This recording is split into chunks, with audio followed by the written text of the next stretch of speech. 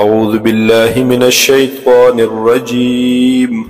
بسم الله الرحمن الرحيم. وإذ استسقى موسى لقومه او یاد که هغه وخت چې اوبه وغوښتلې موسی علیه السلام د خپل قوم دپاره فقل نضرب بعصاک الحجر پس موږ وویل اوخه په لخت خپله په عصا خپلې سره الحجر دې کاڼي لره فانفجرت پس روانې شولې منه د دغې کاڼي نه 12 عینا 12 چینې قد علم كل اناس مشربهم یقینا پیجندلو كل اناس هر یوی قبیله مشربهم اغا زید سکلو خپل اغا گدر خپل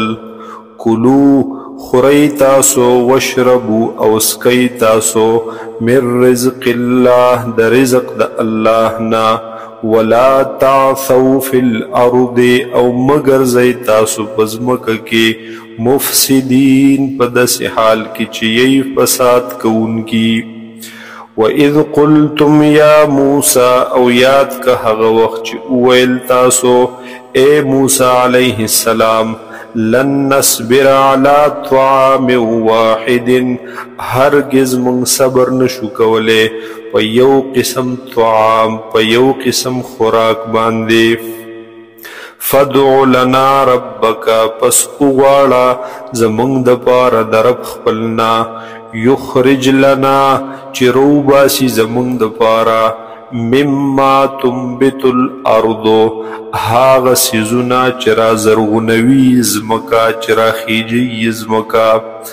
من بقلها تر سبزیانې وقثائها او بادرنګ قثائها ترایا بادرنګ وفومها او غنم فوم غنم هم یا اوگا وعدسها او دالونا وبسولها او پیاز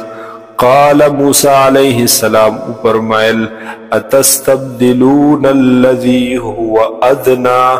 آیا تاسو غواړئ هغه څیز چې هغه ادنا دی چې هغه لاندې دی بالذي په بدله د هغې کې هو خیر چې هغه اعلی دی غوره دی اهبطوا مصرا کوز شئ تاسو یو ښار ته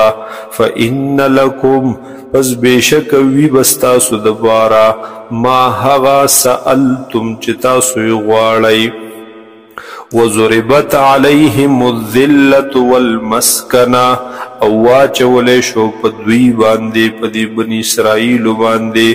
الذلة رسوایي والمسکنة او خواري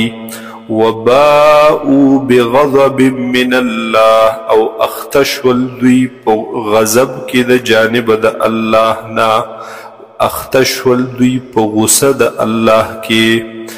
ذلك بانهم دا د دې وجې چې بېشکه و دوی کانو یکفرون بآیات الله و دوی چې انکار به یې کولو د حکمونو د الله نه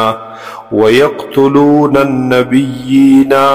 او قتلول بدوی پیغمبرانو لرا بغیر الحق پنا حقا